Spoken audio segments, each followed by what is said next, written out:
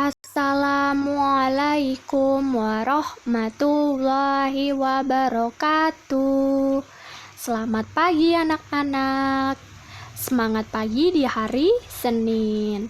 Kita awali dengan bismillah dan berdoa terlebih dahulu. Bismillahirrahmanirrahim. Rabbi jidni ilma warjukni fahma. Amin. Nah, sekarang kita masih memasuki tema 3 pada subtema 3 pembelajaran ke-1. Pembelajaran kali ini agar kalian mampu menyajikan laporan tertulis menggunakan kosakata baku dan kalimat efektif dengan sistematis. Kalian mampu memanfaatkan sumber daya alam hayati bagi kesejahteraan masyarakat dengan tepat. Kalian mampu menjelaskan manfaat dari peduli dan melestarikan sumber daya alam dan lingkungan dengan tepat. Semangat yuk! Pada subtema 3 kali ini kita akan cintai lingkungan. Ayo cintai lingkungan. Pada muatan bahasa Indonesia, kita kembali lagi dengan wawancara. Daftar pertanyaan dan laporan wawancara. Menyusun daftar pertanyaan wawancara dilakukan sebelum melakukan wawancara. Jadi kalian membuat daftar pertanyaannya terlebih dahulu anak-anak sebelum melakukan wawancara. Yang akan ditanyakan diurutkan dari hal yang umum ke hal yang khusus. Pertanyaan kepada narasumber diajukan secara berurutan ya anak-anak, dimulai dari tahap pembuka, inti, dan penutup. Pembuka apa, Bu? Pembuka, Assalamualaikum, Bu. Bolehkah saya mewawancarai Ibu? Seperti itu ya. Nah, untuk contoh daftar pertanyaan wawancara seperti ini anak-anak. Topik budaya kerang mutiara, temanya itu ya, atau judulnya narasumber peternak kerang mutiara. Ceritanya narasumbernya itu peternak kerang mutiara. Kalian membuat daftar pertanyaannya seperti ini anak-anak.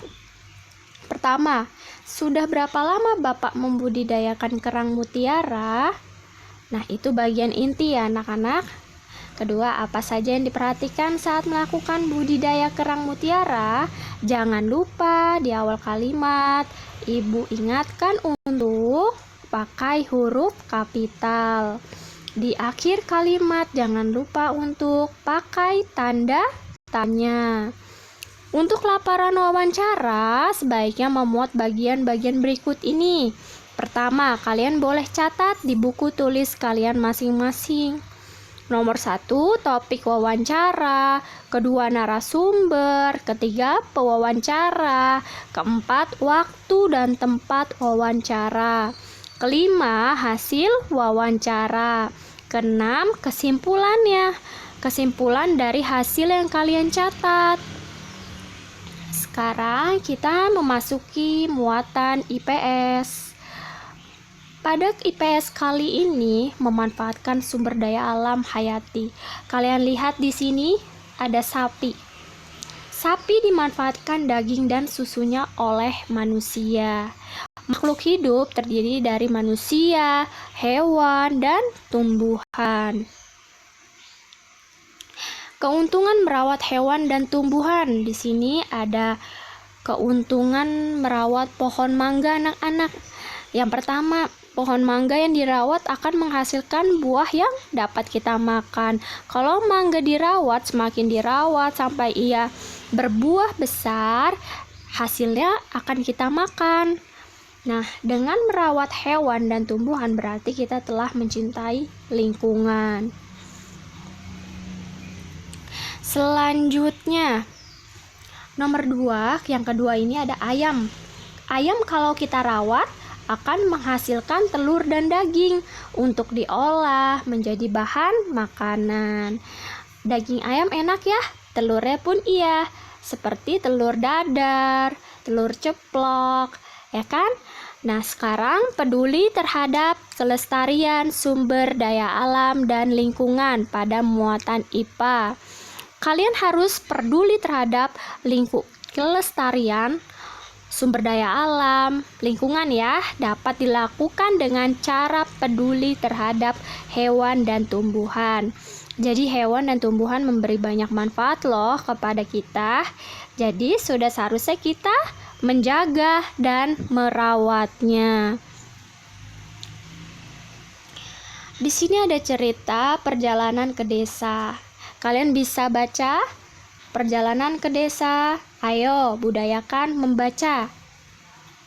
Saat liburan, Dayu, Udin, Siti, Lani, Beni, dan Edo bersepeda menyusuri jalan di sekitar sekolah.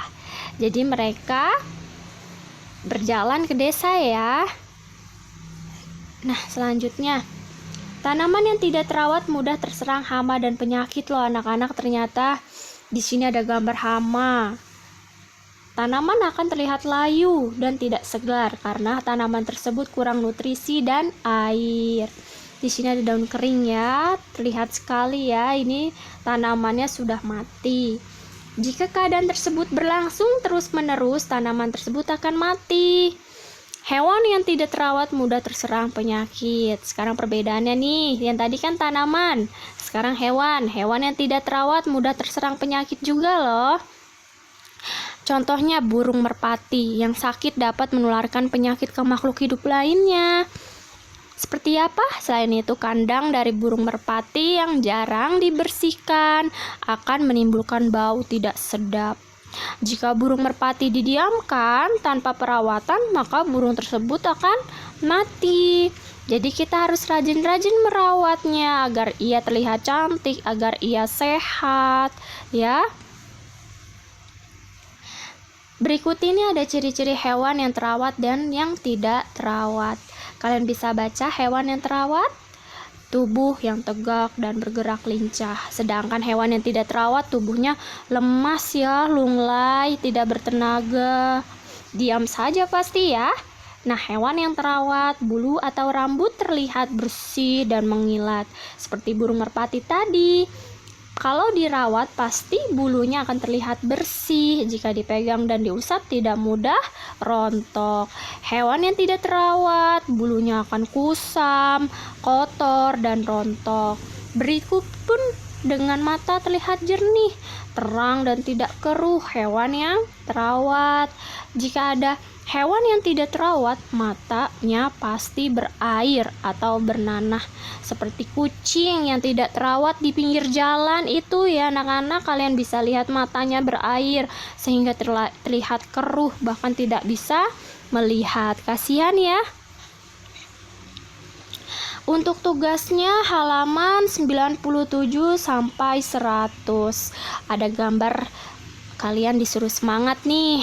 Semangat yuk, semangat. Nih gambarnya. Semangat ya anak-anak.